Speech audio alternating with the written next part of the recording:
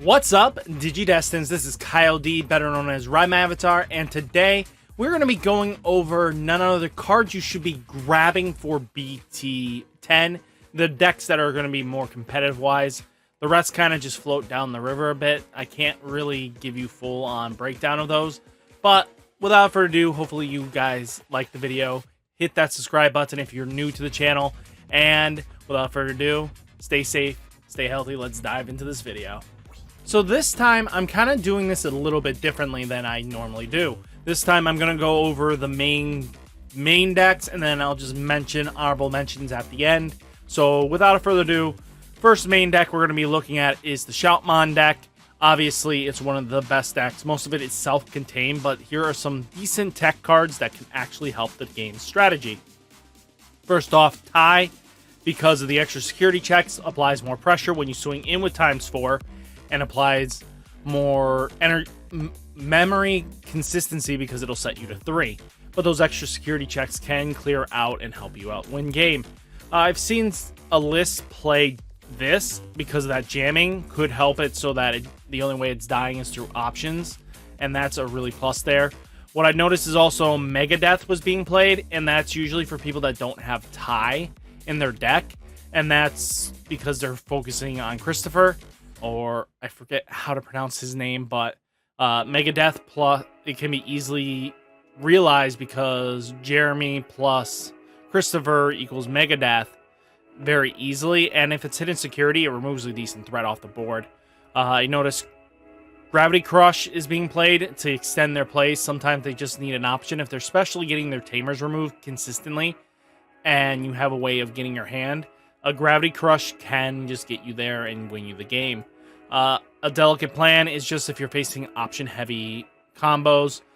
This is usually played with a little bit more ties, so you can get multiple security checks in one swing. It's not a bad trade-off there. Crimson Blaze is just straight up just to help in the mirror match or shut down anybody's weird security shenanigans. Fireball is deleting your opponent's Digimon if they're 3000 DP. This is usually to take care of Psychmons and stuff like that, but it also gives you a draw too if there is no Psychmons or anything. Red Mem Boost is just to search out pieces. It helps out. Blinding Ray, similar to Gravity Crush, but Blinding Ray is not a bad trade-off too, because if you have Angie out, this card will at least remove that. Or Akari, that's not a bad trade-off there. Reinforced Memory Boost I saw played once or twice. That can help you out. Just extend your plays and get you the combo. Wyvern's Breath was an option used if they hit for just removal in general. It's really solid removal. Sunrise Buster, everyone knows this. If you don't have this, you should have this. But hey, that's what you do, right? And then I saw one list actually play Matt and Sora as an option, and they played more. It played more closer to EX3 stuff. Just be able to remove sources from like the ×4s or the blue flares or the Dark Nightmon, stuff like that. TK Kari's just a solid memory tamer, just all in all great stuff there. And then TK Kari, this is supposed to be Tai and Kari, and then TK Kari is just another option for you to play if you don't have TK Kari. But that's just all in all what you should be probably focusing on picking up for the Shoutmondeck. It's not a bad trade-off to get any of these cards. They are very useful all in all. This is also another deck to look at. We know that Weissmann, this card is basically Gamamon support. So anything that has Gamamon, pick it up. I mean, right now you can pick up this one. This came from tournament packs. This one was a entry pack for the pre-release. And then you have Gamamon here. That's when you play a red tamer, draw a card. Not bad. And then we have Agunimon, basically for hybrid game shenanigans. Beetle Gamamon, just because you need your Gamamons, and it has Blitz. So it's not a bad trade-off there. And that'll give it Blitz here. Then you have Chimeramon, so if you go wide, you can get a couple pieces there. Death X to slow down your opponent a bit. Basically, I'm going to be honest with you, Death X is probably a good card all across the board. If you don't have it, you're going to struggle a little bit, but if you can keep the tempo, keep the tempo. I noticed Digievolution plugin S was used just to speed up your Digievolutions. Gravity Crush to extend plays. Crimson Blaze to deal with wide boards. Lightning Joust just for an extra 1000 DP. An extra security check really does help out, and that power boost can help get him to where he needs to be, because that's sometimes all you need is an extra 2000 DP. Hero just for that extra power boost, and then Hero for the extra security is really good. And that's just all in all what the deck wants to do. It's an OTKer. What do you expect? And then we have Weissmann. Weissmann X Antibody is the new Weissmann hotness, shall we say. There was plenty of stuff you need to pick up. First off, you should pick up the Hawkmons. Both of them from their respective things. They help out. They filter the deck. They get you pieces. Really does help out. You're going to definitely need Systemon Blanc for the deck. Baho Hawkmon, same thing. It's just a Hawkmon in name. Helps you out. Greymon's another option if you want to apply more pressure. You can put in security checks if you are not in a security-heavy meta, because if they're playing a lot of Venusmons, you're going to struggle a bit because you don't want to have that extra security check. And then Geo Greymon is straight up Geo Greymon. If they hit in security, it's a decent card, and it also pops 4000 DPs or less. So that could mean that if you're facing against Crossheart, that means when they're starting to rookie rush you, if this is hit early enough, you get a body and get to kill 2 things, because most of them are 4000 DP or less. Seal is just to extend plays. You just want Seal and Blanc. You really do. Savior Hawkmon's only at 1, and that's just kind of how that is. Restanding, that's the combo. Chimeramon's just for the Sistermon combo, so because you're going to be playing a lot of level 4s, you can just Jogress back in, get in the extra attack in, and win. Death X to slow down your opponent a bit. Alter S, let me be honest with you, especially how the format is, being able to de-digivolve and then blow up anything that's a level 3, delete all your opponents, 5000 DP or less Digimon, really does help out. It applies a lot of pressure. It's very solid. I saw it played in one list. You don't have to play it, but it's another option. A Delicate Plan, shutting off options, especially in security-heavy metas, really does help out. Judgment of the Blade, just another option to swing in, but also if they hit in security, that might mean a Blanc can come back in and be a blocker for you, and that might help you out in the long game. Red Moon Boost to help you search. X Antibody just to go underneath and just go from there. Emergency Program Shutdown. Your opponent can't use options until the end of turn. Some lists are actually playing this just so if you are facing against security-heavy meta, it does help out. And then Tie for extra security checks. And Memory setting you to 3 really does help out. Another deck we should look into is, Metal Greymon, aka Blue Flare. Blue Flare's focus, same thing. It's a Digicross deck. So most of its stuff is in the set. And until you get a better rookie in BT11, this is pretty much your options here. You either go Upamon with Vmon jamming or Madoki Beta. You can play any really rookie. Just get something that'll have use. I mean, Madoki Beta and Vmon are probably your best bets. So that'll probably be the go-to. Kumamon's just for hybrid game shenanigans. Greymon, because of the way this is worded, you can take this Greymon and put it underneath and give it an extra security check. Not a bad trade-off. Very powerful. Like I said, Death X just helps counter a lot in this meta. Absolute Blast. Why not? Being able to return one of your opponent's Digimon without Digievolutions to the bottom of their owner's deck really does help out. Some lists were playing this. Forbidden Trident, just to get rid of annoying, Psychmons and stuff like that. It's useful. Howling Mem Boost, basically stripping sources and stunning, really does help out. Rattlestar, basically return one of your opponent's level 5 or lower Digimon to their owner's hand.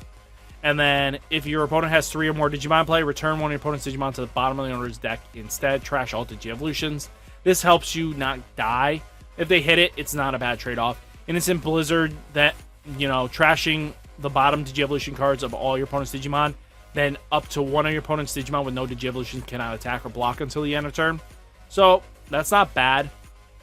Stripping helps. Ice Wall just shuts down, Ice Wall's Ice Wall. It just slows down the games to help you win. Blue Mem Boost searches out pieces.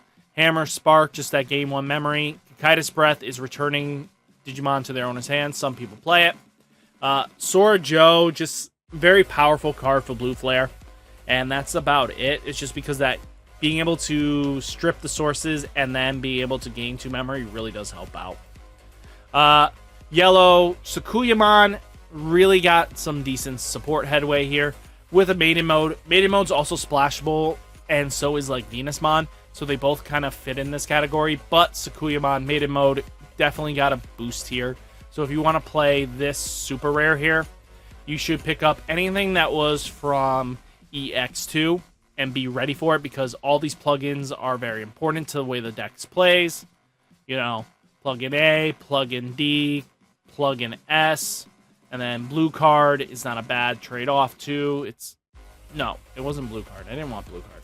Sorry, blue card's not an option. Reinforced Mem Boost, gaining memory, applying pressure, Wyvern's Breath for removal, Sunrise Buster, plus if you have Tai and Kari, really does help out. You know, Rika's your memory tamer in this deck. And then Yellow Mem Boost, we know we're searching pieces. But I've seen lists with Pulsemon just for that draw. Patamon because the Renamon do the similar things. If you can minus them off the board, you gain a memory. Really useful. Viximon, just basically drawing you cards. And then pretty much anything from EX2 really does help out with the plug-in style of play. Moving on to green here. Nothing too crazy in green. Bloomlord is a very competitive deck. It's gaining some new stuff here. But outside of that, we're going to have, you know, things you want to think about, especially because Bloomlord's going to be crazy when you get the Hydra in EX3, so it's going to be just nutty there. But pick up your Argomons, Pinamons, they really do help out. Palmon, just for searching. Palmon for suspending when it's deleted. Palmon, this gives power when it's attacking. Vegemon, at least for Digi-Evolution 1. This is probably going to get replaced by the red Veggie in the set. Togemon, just to help you search, sometimes is useful, especially since you're going to be playing a lot of little dudes. Being able to Digivolve into a Togemon really does help out, actually. Weedmon, being able to trash. If it gets trashed, you gain a memory. This is just if you're going to be playing the Rafflesia build. Rafflesiamon, it helps out. The Digiburst is useful. Arbomon, just because Digivolve Hybrid for game, because you are playing 4 Mimis, you're going to want that. Argomon, Digizorption, just straight up gas there. Blossomon, same thing. Digizorption, straight up gas. We've already said this. Hidden Potential just extends plays and gets you into your Mega for dirt cheap. Sama Santani, basically being able to suspend one of your Digimon, which is most likely fine, and shutting down your opponent really does help out. I think that's very powerful. And then you have Green Mem Boost, just being able to search pieces out. So that's just green in a nutshell if you're going to be playing Bloomlord. I would love to give mentions to the other green deck that it's trying to be, but the Ghost Game green deck isn't ready yet. We're going to talk about Dark Knightmon X Antibody. What is this crazy deck trying to do and achieve here? It is a very powerful deck. Cards that people are playing are like Pagumon, Toy Agumon for the reboot status, Chumon to prevent your opponent from gaining memory, Chichurimon, basically if they hit insecurity, it comes out and de-digivolves them. Monotamon, just to search more of your Knightmon pieces, really does help out. Mechanori, I noticed just to slow down the rushier decks, and it's just a very powerful blocker just because of what it can do. Skull Knightmon, obviously you're going to need Skull Knightmon and Deadly Axemon to play the deck. If you don't have these, pick them up if you're planning on playing it. It's basically the heart and soul of the deck is Skull Knightmon and Deadly Axemon. Oh, and there is one more Dark Knightmon I forgot to mention. Make sure you get your Cavalier mode because that actually matters. Cavalier mode is actually important because it's another target piece.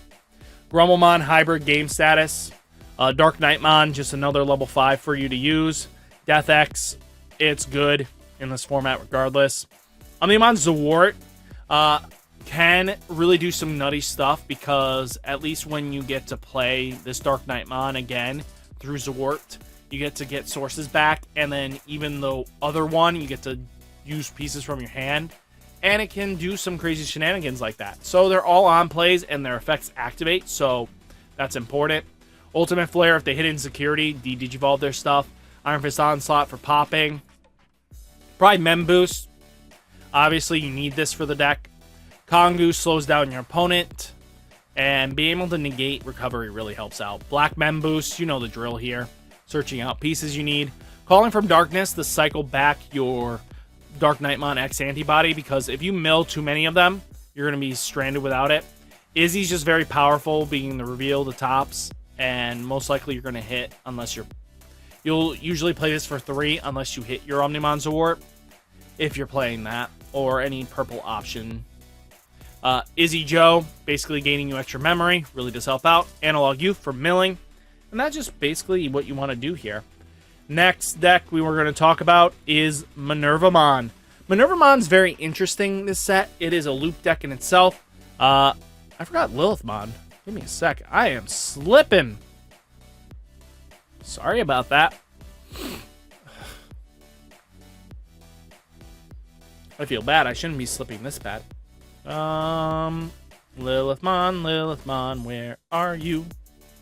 Come out, girl, wherever you are. There we go. So, basically, what you're going to be doing is Minerva Mon is being teched into what used to be Loop. The deck kind of disappeared for a bit, but now has been revived because it uses like cards like Revival from Darkness to combo in with Minerva Mon. So you can play Cerberus Mon and then get a free werewolf mode out of it for basically a 4 cost. And then use like Back for Revenge to even just set up to get 3 bodies instantly back on board that they can't easily. Well, about 2 bodies because Cerberus Mon will be dead. Because when you pop werewolf mode, it gains you 2 memory. Pops this to draw you card, discard, and gain 9 memory. Really useful. Jack's Raid is just basically gaining memory. Calling from Darkness is another option. Dead or Alive, just cheaper play cost because, especially if you have Lilith Mon out, you get to do some crazy shenanigans there. Purple Mem Boost, being able to reveal the top 4 cards of your deck. Searching out pieces really does help out. Deathclaw to help pop your own stuff to get rid of level 4s or 3s if you need to. Matt Ishida, just a memory tamer. We've already talked about Death X. Very powerful card. Avenge Kidmon to actually cycle back your loop pieces, your options, especially since the game could lead to you decking out. It just helps out. Junomon, just another great target because trashing 3 cards from the top of your deck and then return 1 Digimon card. Doesn't matter what Digimon card, and that could mean Avenge Kidmon cycling back all the options and keeping you alive. Lucemon Chaos Mode, being able to pop Tamers and Digimon really does help out. Lilithmon to make your options come back to hand. Nidhogg, if it's trashed, gain a memory, really does come in clutch sometimes. Creepymon, you could mill out your opponent this way, and it's really powerful. We have Devimon for being a blocker. Same thing with Vilemon, your choice between the two, because if you can get Minervamon up early enough, you can just have consistent blockers. Really useful. Eismon Scatter Mode, if you pop like Demi Meramon plus Gabumon, it draws you a bunch of cards. Really useful. Ginkamon promotes just being that rush piece, especially if you play things from your trash that are like level 4s. Psychmon, being able to negate reduced costs, really does come in handy. Gazimon, shutting off your opponent's mem game, really is good. Electmon is just in here, so when it dies, you get to pop any annoying Psychmon or Gazimon they might have type cards. Tapirmon for draw, Gabumon for draw, and Debimera for draw. So basically useful pieces here. Definitely you probably want to keep these on your radar if you're going to play Minerva Loop. Let's talk about it. Bargara Army. It's a new deck. To be honest with you, it's not going to do crazy enough right now. Give it another set, maybe 2, and this deck probably will be crazy enough. You have like Demimera for draw, Tapir for draw, Gazi to slow them down a bit. You got Lauimon for hybrid game scenarios, Chimeramon for Jagras game scenarios, Calling from Darkness, cycling pieces back, and then Miss Memory Boost for being those drawing cards. And then Maddie should have set you to 3, really useful. And now let's get into like the honorable mentions status here.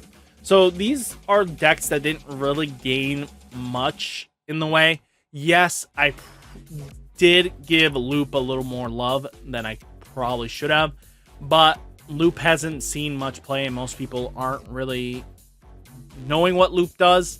And it's a Yu-Gi-Oh deck, so you want to make sure you have the pieces for that before they go crazy. Critical Arm literally is a one card that goes into the Digimon deck. Nothing changes from the list. The deck still plays the same. It just puts Critical Arm in there as a new Mega with its other Justimon. And then we have Beelzemon that basically puts in 3 new cards into the deck. I mean, the deck is still the same. It's going to still mill. It's going to do everything. You're not gaining anything crazy here that would just scream this deck is crazy shenanigans. Achillesmon, basically the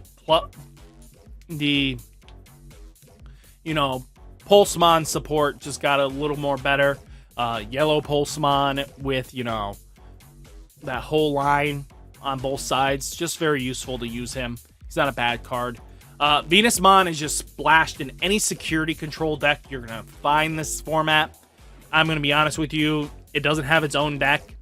It is just straight up security control. You're playing, play this in there. Any yellow deck actually might love Venusmon in general. And then Theismon is basically only going to be played in the Jelly Force. It is pretty much the only card going in. And to claim that I should build a deck around this right now for like cards to pull, if you know what anything that's labeled Jellymon, just get it. It's going to help the deck. And it's nothing too crazy. The deck isn't like broken. So it's going to just be upgrades. These are just small upgrades for your decks. So guys, what did you think of this video? Let me know down in the comments. Hit that like button, hit that subscribe button, and stay safe, stay healthy, and I'll catch you next video. Peace!